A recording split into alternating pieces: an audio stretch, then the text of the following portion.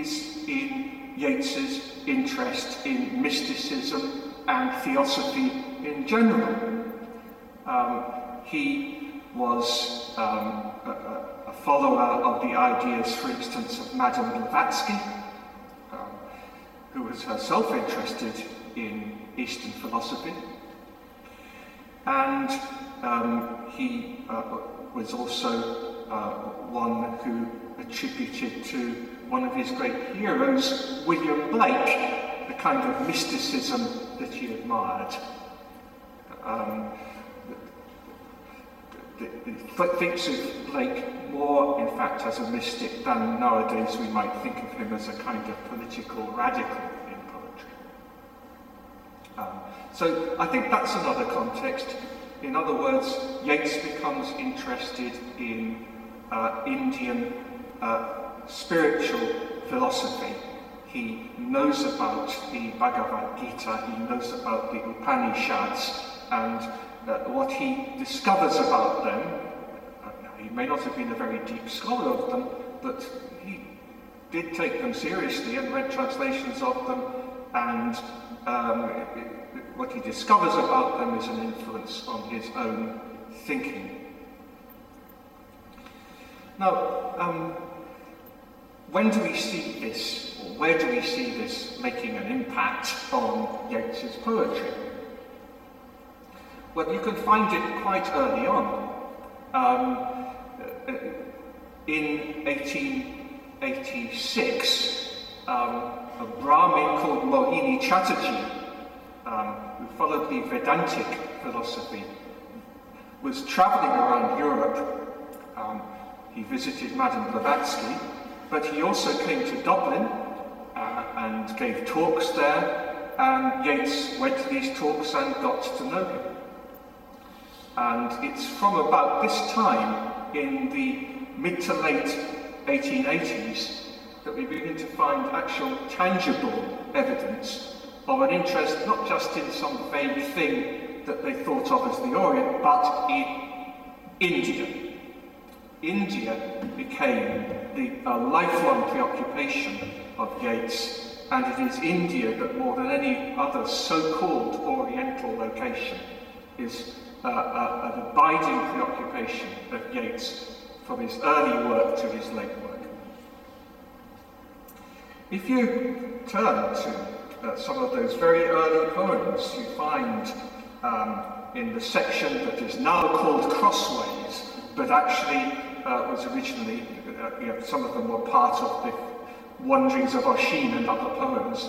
He put them into this section called Crossways. You can find in the collected poems, very near to the beginning of the book, you'll find Anasuya and Vijaya, a dramatic work which offers a kind of comparison of feelings of love and passion with religious feeling. O Brahma, guard in sleep the merry lambs and the complacent kine, the flies below the leaves, and the young mice in the tree roots, and all the sacred flocks of red flamingos, and my love Vijaya, and may no restless fay with fidget finger trouble his sleeping, give him dreams of me. I'm referring to the way in which all these beautiful elements of nature seem to be regarded as working together in harmony, properly understood. Perhaps more significant for Yeats's thought and his understanding of Indian thought is a poem called The Indian Upon God. It says, I passed along the water's edge below the humid trees, and my spirit rocked in evening light, the rushes round my knees. My spirit rocked in sleep and sighs, and saw the moorfowl pace. And he watches the moorfowl, this speaker, and he hears one of the moorfowls saying, who holds the world between his bill and made us strong or weak is an undying moorfowl, and he lives beyond the sky. So God is a moorfowl, and he has a beak, and there he is up there, and And then he goes a little further on, he hears a lotus speaking. Who made the world and ruleth it, he hangeth on a stalk. For I am in his image made, and all this tinkling tide is but a sliding drop of rain between his petals wide. And then he hears a roebuck, who says, the stamper of the skies, he is a gentle roebuck. For how else, I pray, could he conceive a thing so sad and soft, a gentle thing like me? And he is a peacock, and the peacock says, who made the grass, and made the worms, and made my feathers gay. He is a monstrous peacock, and he waveth all the night, his languid tail above us, lit with myriad spots of light. So this is God dwelling in all things, and in a way it is the beauty and confidence with which they feel that they are at one with God, which is the point, I suppose. As much always one of the points, I wouldn't like to say it's the point.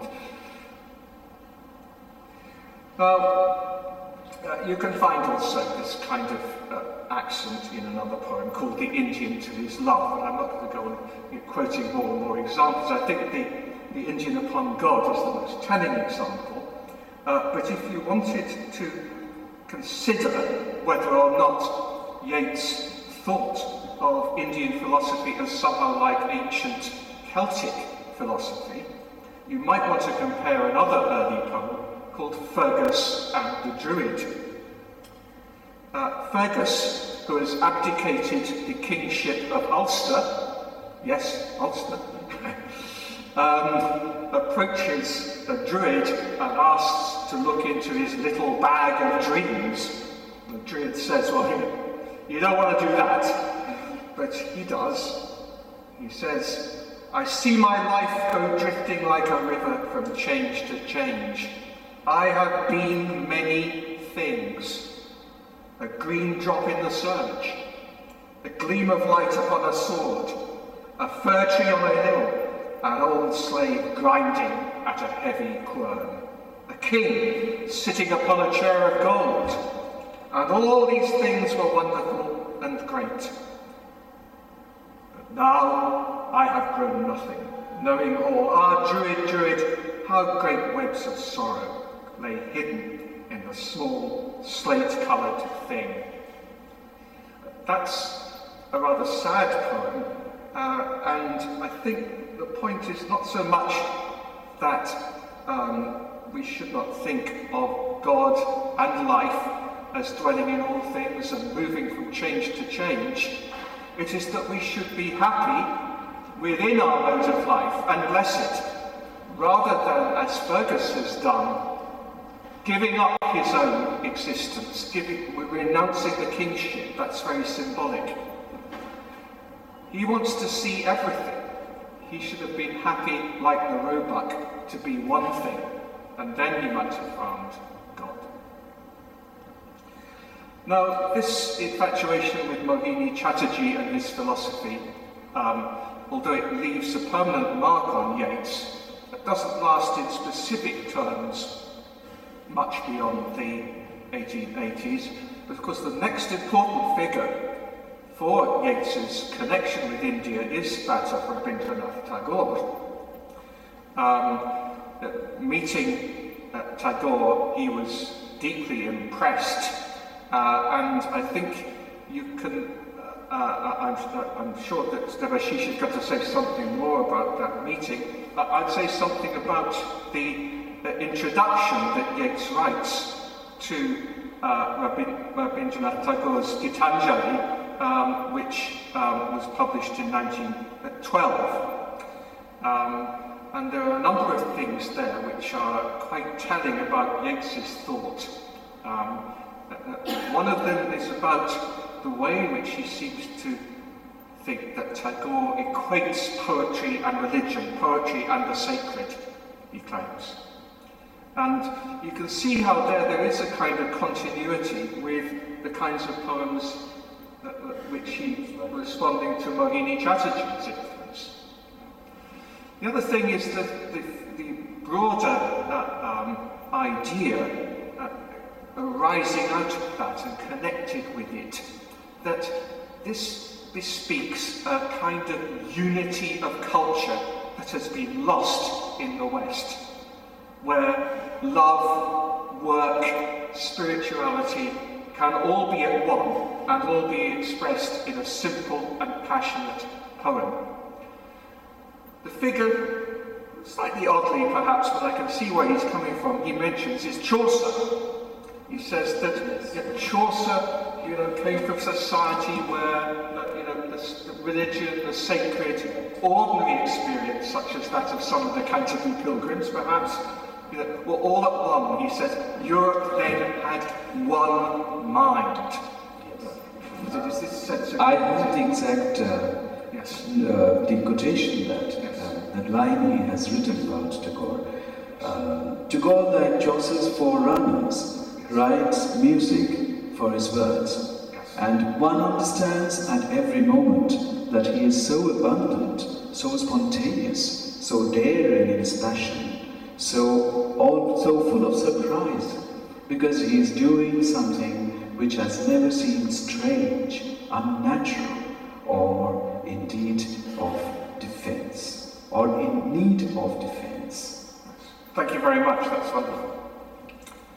I'd just like to finish, because I think I should allow Debashish to speak, by saying that this is not the end, of course, of Yeats's engagement with India, because among other people, and he's not the only one, he's the one that's usually remembered, in the 1930s Yeats becomes closely involved with Sri Purohit Swami and with translating the Upanishads, among other things.